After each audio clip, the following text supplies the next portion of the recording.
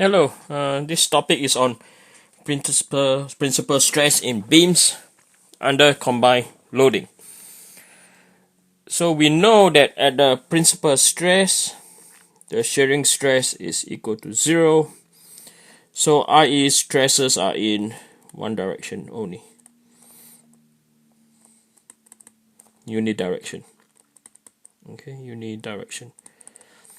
And why principal stress? Why stresses has to be in one direction? Okay, as we know, the shearing stress is equal to 0. So you can see a table like this at the end of your textbook.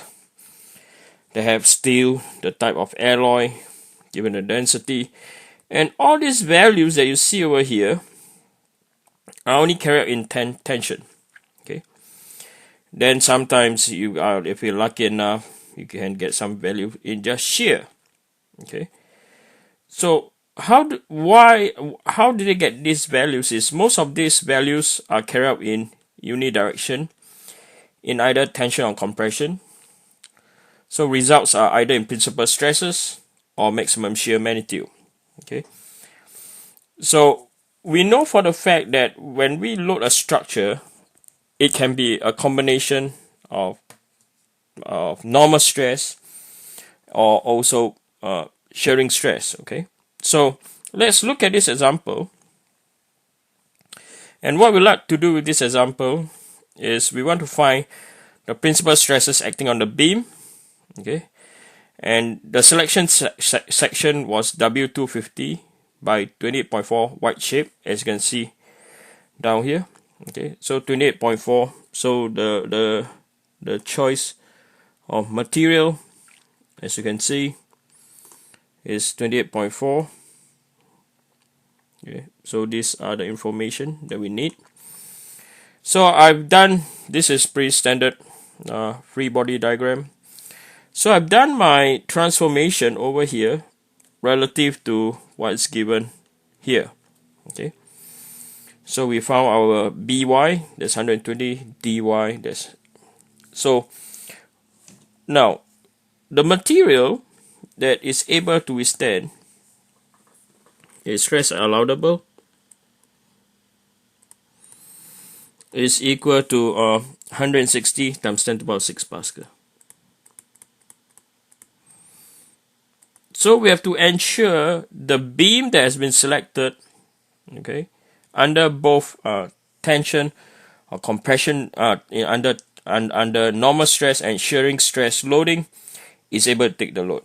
Okay, so information that we need, we know that IXX, okay, given to us that IXX, the bending is in the XX axis or X axis, is equal to 40.1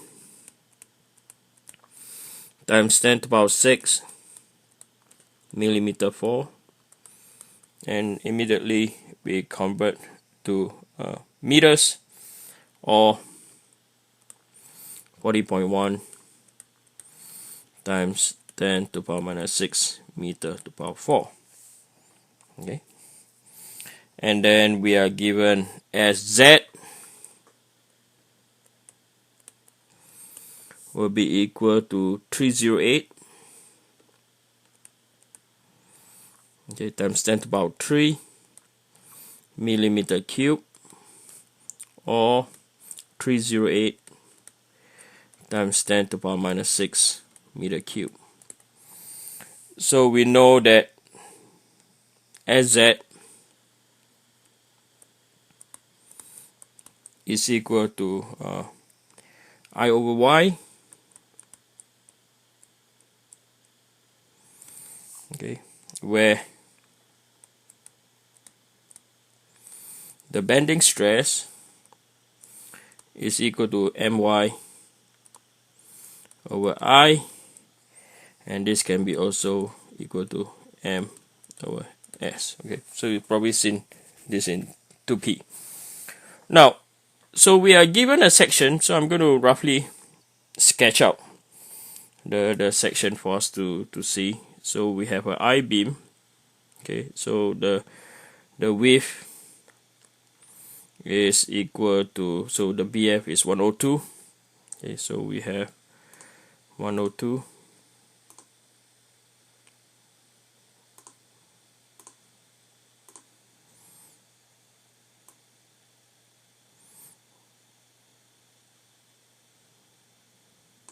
Okay, so this is the width.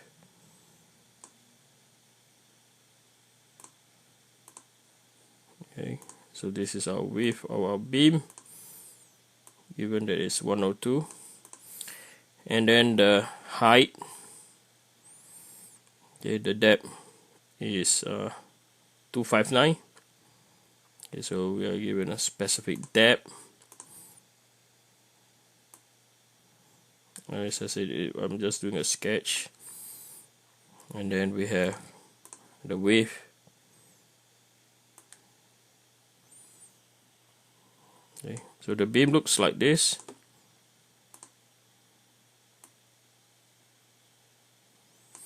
So we know that the depth, so the distance from here to here,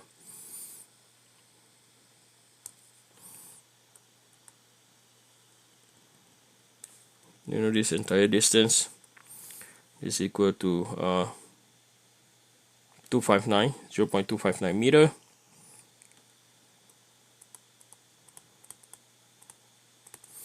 And we know the width is at 102, okay, or 0.102 meters. So always remember, okay, and we also know that this is known as the flange, and this is at the web, and this two region that I'm pointing now,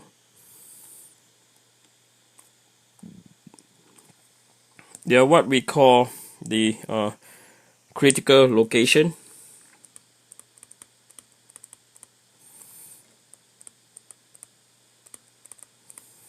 Okay, where failure will occur.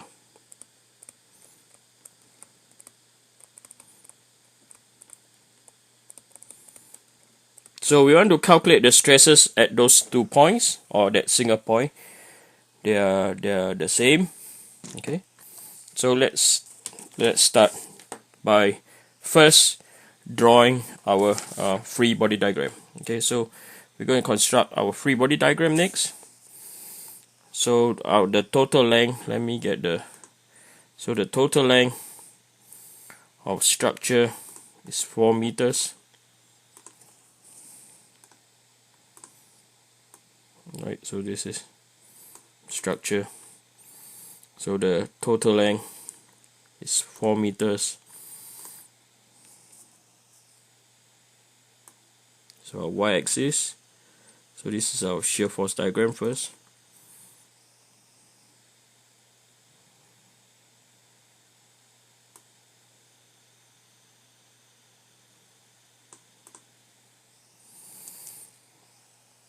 So we have 0, so 0.4, 0.8, 1.2, 1.4, 1.6, 2. Also, sorry, it's 1.6, 2, 2.4, 2.8, 3.2, 3.6, and 4. So this is X, or for our case, due to the orientation, this is our Z. And that is our shear force. So you have -20, -40, so 20, 40, 60, and we're going to pick at 80. So from 0 to 0.8, right, to 0.8, so you have 50 multiplied by 0.8, so you have 40 kilonewton coming down. Okay, so this is your shear force diagram. And then at BY it goes up by 120, so from minus 40 go up by 120 is going to be 80. Then at a point over here, point 2, because the whole thing is 3, at 3.2 it's going to come down, crosses 0 at 2.4, and then you have, okay, and then it goes back up to 0. So this is your shear force diagram. Then we can have our bending moment. So we're going to construct a bending moment. So bending moment diagram.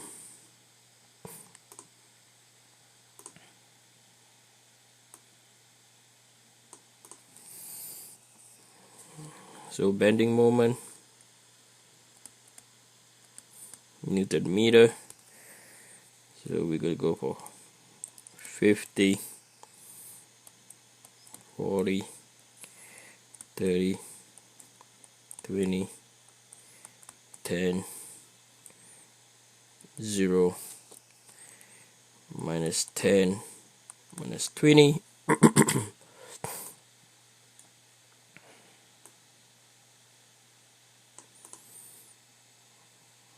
Okay, so from here, I'm just going to copy this whole thing over here to be on my x-axis if I can. I think I'm okay.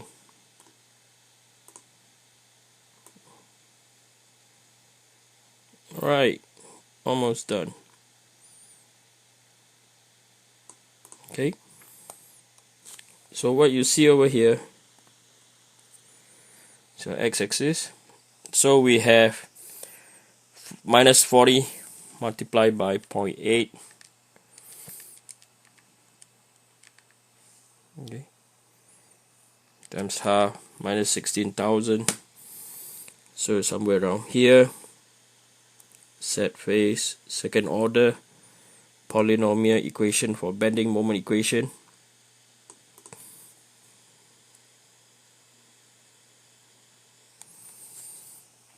And then the peak will be at 2.4 and it reaches 48. Okay. And then at 3.2 it becomes 32. Okay. And then from there you have a straight line decay from here to here. Alright, so you have a slope this way, peak, make a U-turn, come back. Okay, so this, the peak is at 48,000 and this point is at 32,000. Okay, so where it's interesting is what we see over here, right, is that there are 2 points that are critical. So one point where you have maximum shear at the 2.4 distance, and then at another point which has both shear and bending moment, shear force and bending moment is at 32. Okay, so these 2 points are the beam can fail in either one. I don't know which one yet. Okay, but if you want to pick the other point, okay, you want to pick this point where you have maximum shear 32, right? This is another point that you want to look at if you want to. But for now, I want to check. Okay, we're going to check at this distance over here at point C, or I call this at point X equal to 2.4, and then we check x equal to 3.2. We're going to check these 2 points and see what happened. Okay, as I said, I'm not sure. I don't know what are the consequences at all for now. Okay, so we can check point C first. Okay, or x equal to 2.4 first. Okay, so we're going to check.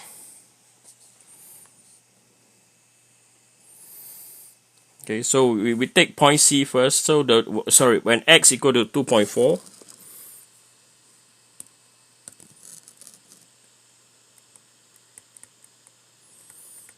okay, when x is equal to 2.4, we realize that m or v is equal to 0 Newton. However, m is at its maximum, and the maximum is at 48 times 10 to the power 3 Newton meter. Right. So the stress bending. So we know that we're going to find shear.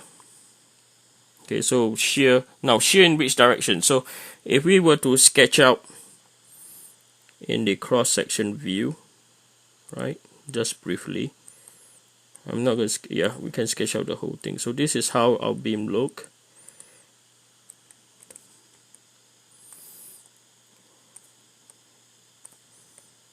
Okay. So we know we want to find like our beam now, or our element is somewhere around here, right? So we are aware, so if that's our element, I will go draw it in 3D later on. So we know that this is our Z, Y, okay, and this is my, so if you look at, so if you look at a right transformation, in fact, this is our X, okay. So if we take out that element now,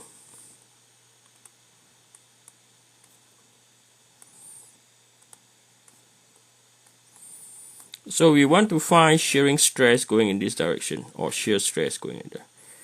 So this direction is known as shear intersecting the Z plane Y direction. The other arrow is shear Y, Z. Okay. So we know that the shear in YZ is equal to shear in ZY, and the V is coming from Y, right? And this will be equal to XX because of transformation, QX, okay, first moment of area of T. So for this case, right, at point at X is equal to 2.4 meters, Vy is equal to 0, like what we see over here, 2.4, V is equal to 0. So therefore, the shear YZ is equal to 0 megapascal down here. And then the next one we want to find is at bending, or stress in the Z direction. So this is equal to my over I. So we know that if bending is going down in that direction, so if it's going to be, so if we look over there, so where there is the structure where this is the deformation pattern. Okay, so I draw up here. So anything that is on top of the bending moment, okay, positive, this is the deformation pattern.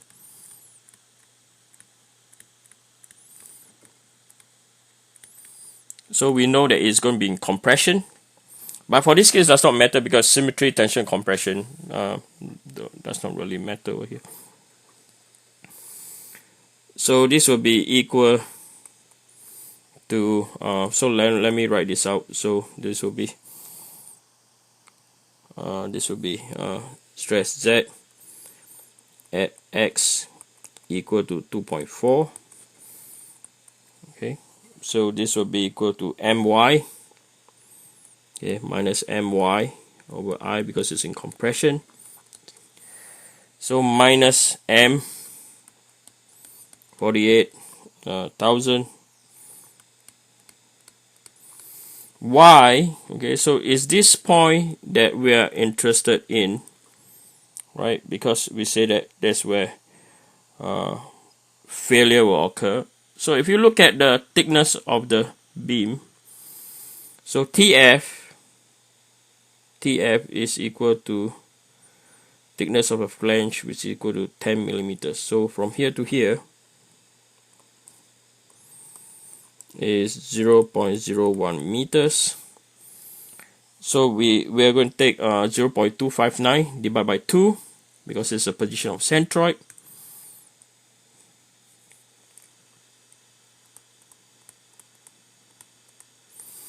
Minus by 0.01 divide by the IXX that we know. So IXX that we found is equal to 40.1 times 10 to the power minus 6.